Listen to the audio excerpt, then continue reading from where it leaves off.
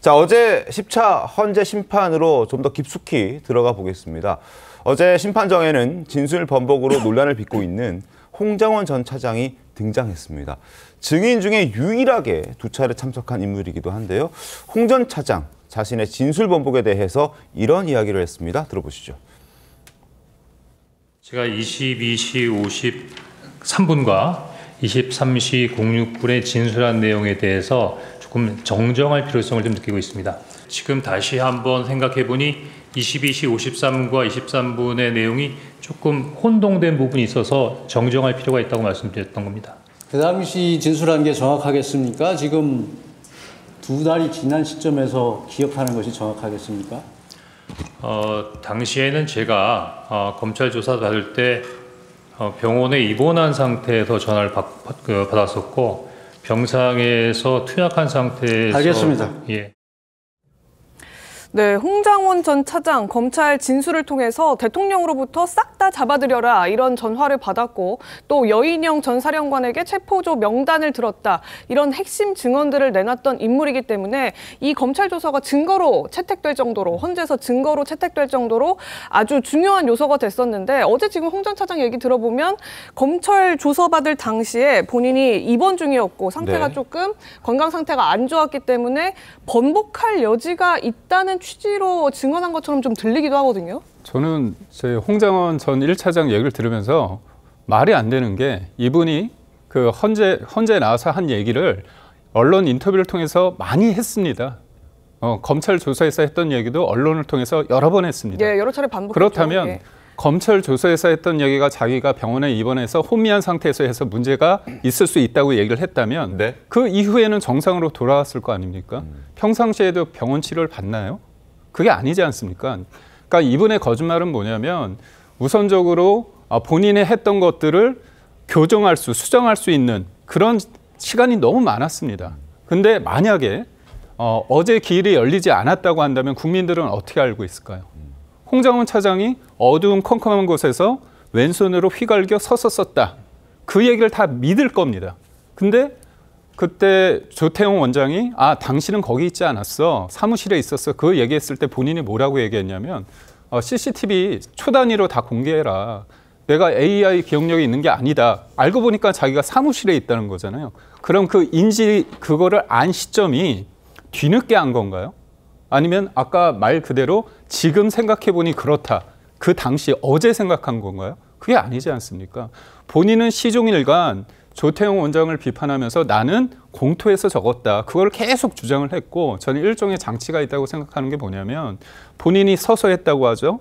그다음에 휘갈겨 썼다고 하죠. 왼손잡이라고 하죠. 그 얘기를 들을 때 어떻게 합니까? 사람들이 이 사람 실제 경험했구나. 그런 생각을 하는 거 아닙니까? 그런 인상을 국민들로 하여금 갖게 해놓고서 알고 보니까 저 병원 치료받아가지고 제가 한 거 보니까 사무실에 했다는 거 아닙니까? 근데 사무실에서 서서 휘갈겨 왜 씁니까? 정서를 쓰지. 그리고 그걸 제3에 왜 줍니까? 그러니까 이 모든 것들이 맞지가 않습니다. 그런데 그거를 회피하는 수단으로 제가 병원 치료를 받았습니다. 이거는 책임 회피를 넘어서 헌재에서 선서를 한 거 아닙니까? 이런 법적인 책임을 면하기 위해서 술수를 쓰는 거라고 봅니다. 술수를 쓰는 것이다. 글쎄요, 지금 그렇게 주장을 지금 윤석열 대통령 측에서 또는 국민의힘에서 그렇게 주장을 하고 있습니다만 제가 볼 때 그런 주장이 얼마나 이 헌법재판관들을 설득하는 데 도움이 될 수 있을까라는 그런 생각이 들어요. 왜냐하면 일단 이 홍장원 전 국정원 1차장에서 가장 중요한 건 뭐냐 하면 전화통화를 한 사실이 있는가. 그리고 전화통화의 내역이 사실적으로 정확하게 기록이 되어 있는가 이 두 가지 아니겠습니까? 그렇다면 전화통화를 어디서 어떤 자세로 했는가 하는 부분이 그렇게 중요한 이슈는 되지 않는다.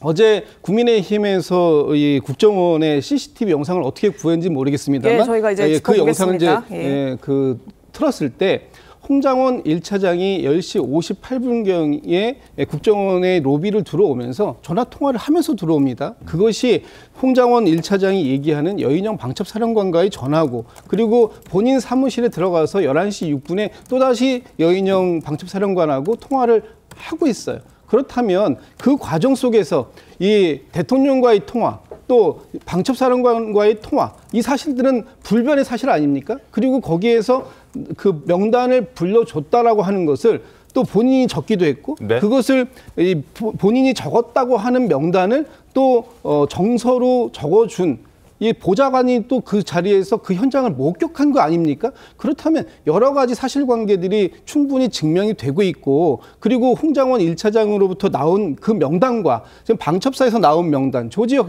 경찰청장으로부터 나온 명단이 사실상 거의 일치한다라고 본다면 그 당시에 그런 통화 내역이 없었다라는 것을 탄핵하지 못하는 한 이 홍장원 1차장의 메모는 어느 정도의 증거 능력을 인정받을 수밖에 없는 거 아니겠는가? 뭐 본질적인 문제는 바뀌지 않을 수 있는데 다만 이제 조태용 말씀 주신 것처럼 조태용 원장이 추가적으로 CCTV 얘기를 하면서 객관적인 팩트로 잘못됐다라는 얘기를 하지 않았다면 그렇게 됐다면 지금 이 홍장원 전 차장이 검찰 가서 했던 최초의 진술을 그대로 국민들이 믿게 되지 않았을 것 아니냐. 홍 전 차장도 아마 이 진술 번복한다고 다시 진실 고백을 하지 않았을 것 아니냐. 이 주장은 어떻게 보세요?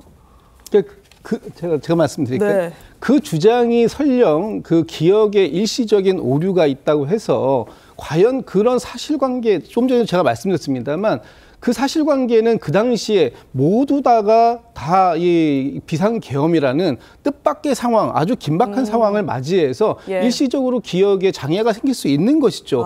오죽하면은 이진우 수방사령관도 당시에 본인이 어떠한 통화를 했는지에 대해서 전혀 기억이 나지 않은 걸 나중에 본인의 보좌관을 통해서 사실관계를 듣고 보니까 기억이 나더라. 이렇게 진술을 헌법재판소에서 했지 않습니까?